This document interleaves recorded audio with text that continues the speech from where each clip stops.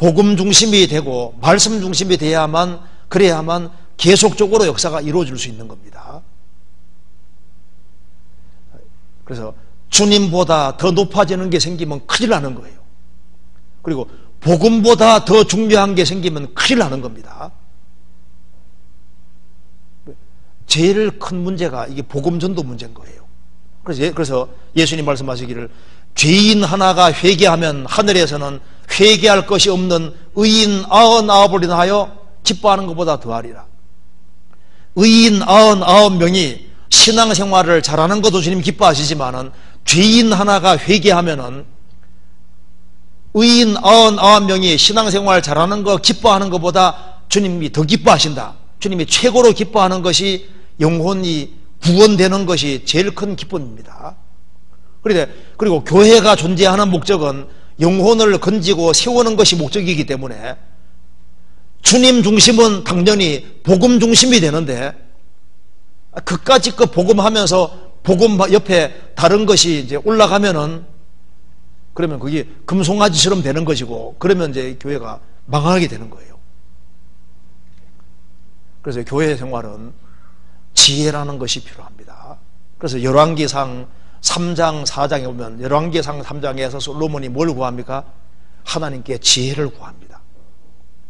그래서 하나님은 솔로몬에게 지혜 주셨고, 솔로몬이 하나님의 지혜를 받고 지혜 가운데 행할 때 결과가 열왕기상 4장에 기록이 되지 않습니까? 열왕기상 4장 20절에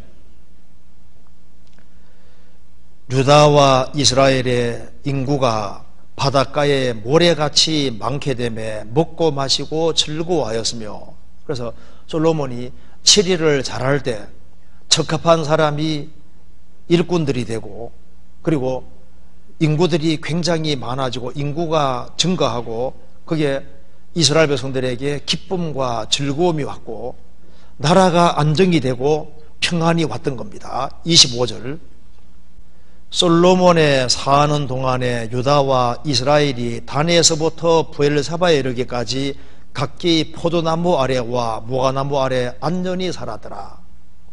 솔로몬이 하나님의 지혜로 행할 때는 이런 좋은 일들이 있었습니다. 그런데 예수님 말씀하시기를 솔로몬보다 더 큰 이가 여기 있느니라. 예수님은 솔로몬보다 더 큰 분이시고, 그래서 교회의 머리로 주님이 계시고 주님이 지혜를 주시면은 주님이 세우신 교회 안에 주님이 적합한 사람들을 일꾼으로 세우시고, 그리고 주님 역사로 사람들이 구원받는 일들이 계속 있게 되고, 구원받은 사람 속에 기쁨과 즐거움이 있게 되고, 교회가 안정이 되고, 그리고 큰 기쁨과 기쁨 속에서 평안 속에서 이 교회가 진행되는 일들이 있습니다.